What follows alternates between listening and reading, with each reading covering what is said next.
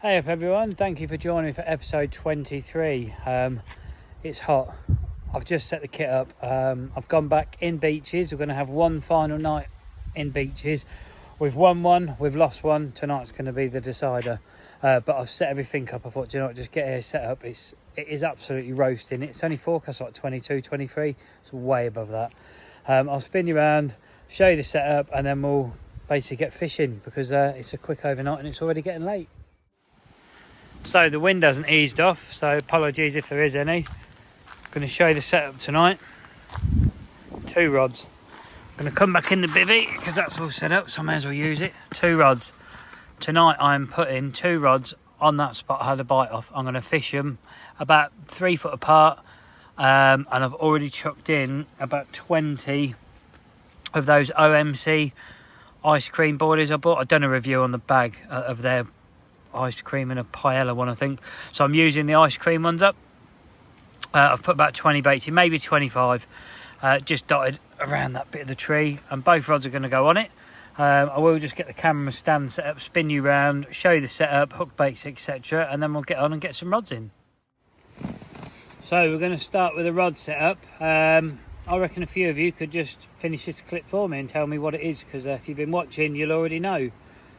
18-pound KORDA contour fluorocarbon, 4 blobs of rig putty, straight down to the old lead clip, size 8 quick change swivel, and a 3-ounce flat swivel pear lead.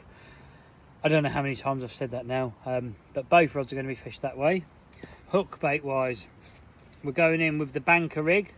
You'll see it's already tied up. It's actually, that bait on there is this morning's bait I wound in. I'm getting that lazy now. I'm not even putting a new bait on. It's still plenty hard enough for an overnight.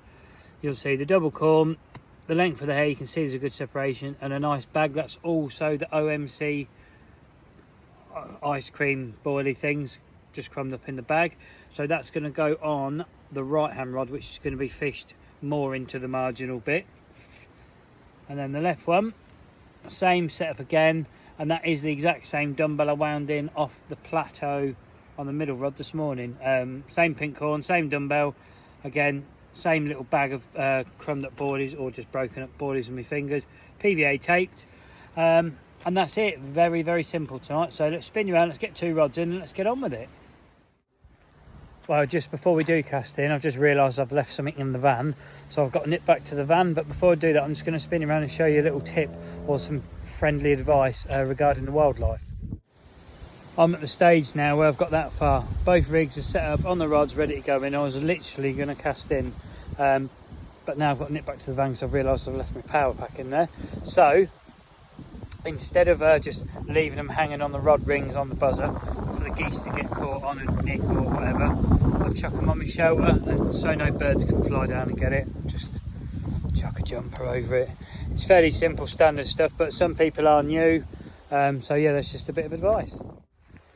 So while I'm walking back to the van, all that is just a bit of friendly advice for anyone new, really. A lot of the old school anglers, they already know that, but I understand that I have new people watching me. This could be your first time watching me. If it is, nice one, thanks very much.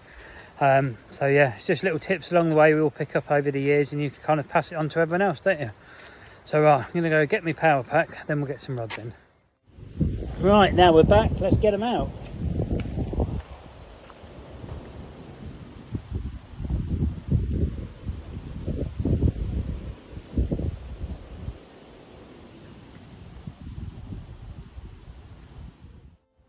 Time for the left one.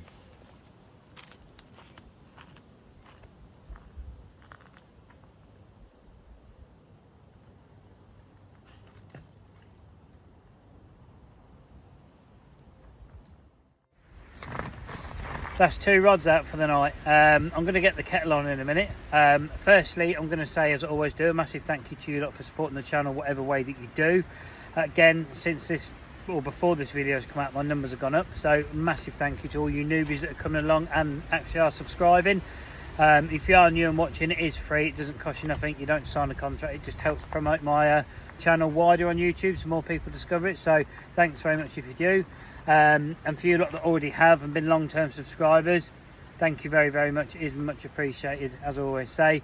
And all you lot in between that just watch the videos, again, thank you very much. Anyone who comments, likes, shares, anything like that, it is massively appreciated. Right, that is my little thank you pitch done. Let's get on to the rod setup and why they're set up the way they are. Basically, at the moment on the lake, there is 4 other people on fishing. Okay, there's one about 4 swims to my left, another one about 2-3 swims on from that, somebody over in the car park, so that's that section of the lake with 9 lines going out. There's one person over on the far bank, but they're nowhere even near in the section I'm in, so that leaves me this third of the lake to myself. So with the angling pressure, if the fish do push down here, the wind's pushing down here as well. It's old now, it's like this is the 3rd day of it, but the fact that there's nobody down here other than me is, I want the least amount of lines I can get away with, and I don't want a line going out through my swim. So the plateau rod, the middle rod, I thought, you know what, I don't need it there. The bait's gone off there, and we put a 9.5 spums, I think it was, of corn, boilie and pellet out. That's all gone, that'll be way gone by now. So I'm fishing over nothing anyway. The middle rod was cutting the left hand rod off, I think, so that's why the left hand rod did nothing. And the only spot that the fish are going to creep is they're going to get on the end of this wind and come up and down this margin. That's where they're going to go if they turn up here. So it makes sense to have 2 rods over a very small amount of bait, like I say, 20-25 baits, and they're not in a close area. I've randomly thrown them everywhere. That's why I'm fishing the way I'm fishing. So I've got 2 right in the margin. A lot of people wouldn't fish like this. I'm fishing 1 rod at about, I don't know what it is, 7 yards, 8 yards maybe, and there was maybe 9, but they sort of finish in the same line because they're going at an angle. That one's going less than that, but they finish in a line. So that's my thinking. Who knows? Nothing else. I'm going to get a good night's sleep. You lot are going to get a blank video. Won't be the first time, would it? But for now, I'm going to get the kettle on and yeah, just enjoy my time being in, see what happens. So yeah, see you in a bit.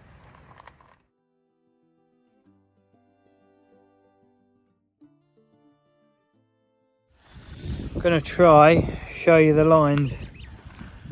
Our fairy crew. There's one hid under there, thinks I can't see it. But the lines there, it just won't show it, I don't think. Let me zoom in how slack they are through the rings, and then they're drooping straight down. That's how slack. See? When they go through it, people say, oh, they swim 3 lines. Do they? Heck, they can see it, they don't. So super slack lines. That one's having a wash in my swim. I'm not sure I allowed that, but can't really stop you. Yeah, let's get a coffee on, see what the night brings. Oh, cheers all. First one of this vlog.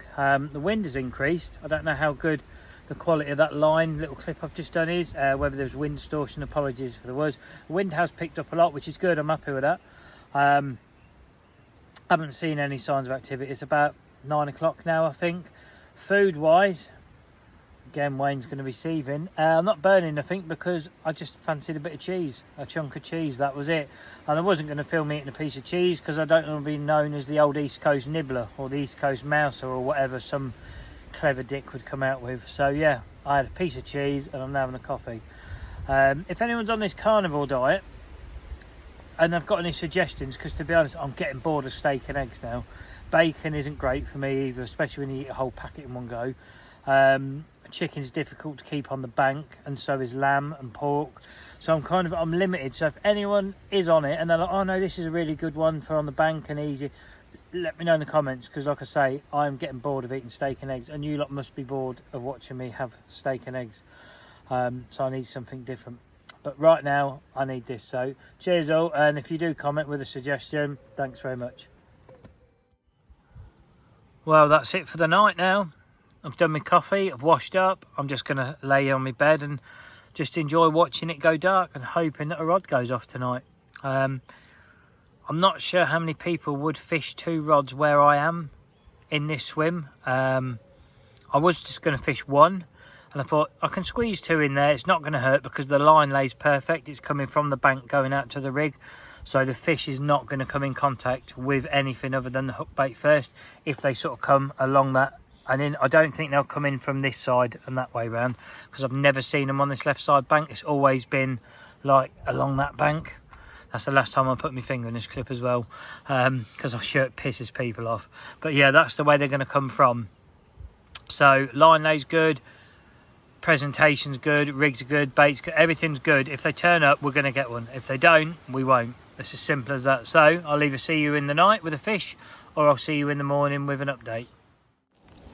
Okay, let's put a bit of cooking in this vlog. I'm just having 3 eggs, that's all. But on the plus side, out there, which if I zoom into one so you can actually see the lake better, about 25 yards out, maybe 20 yards out, an absolute pig just come out. That was a good fish as well. Person who is fishing over in 36s, I don't even know if you watch me or not, but I see you come out of your bivvy and have a look as well.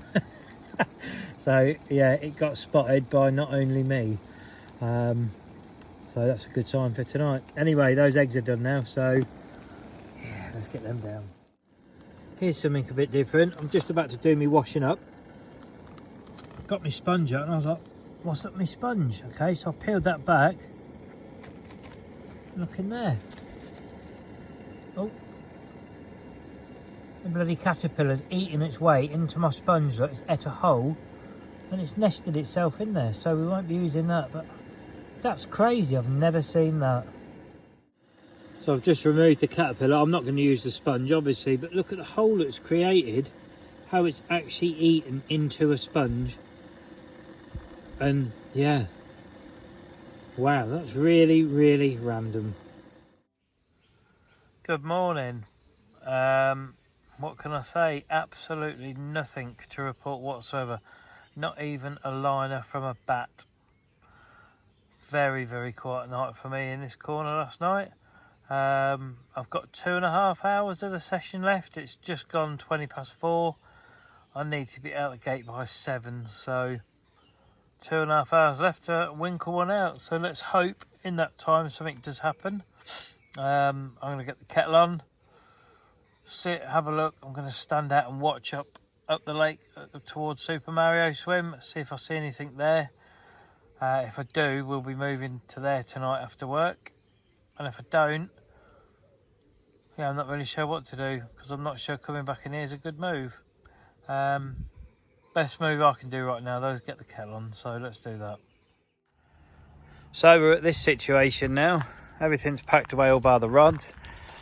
They've got until the time it takes me to drink that coffee before they come in and get folded up, and then I'm going to go grab the van, chuck it in the back off to work, and we'll be back tonight. So we're 3 nights out of the 5 so far. 1 fish.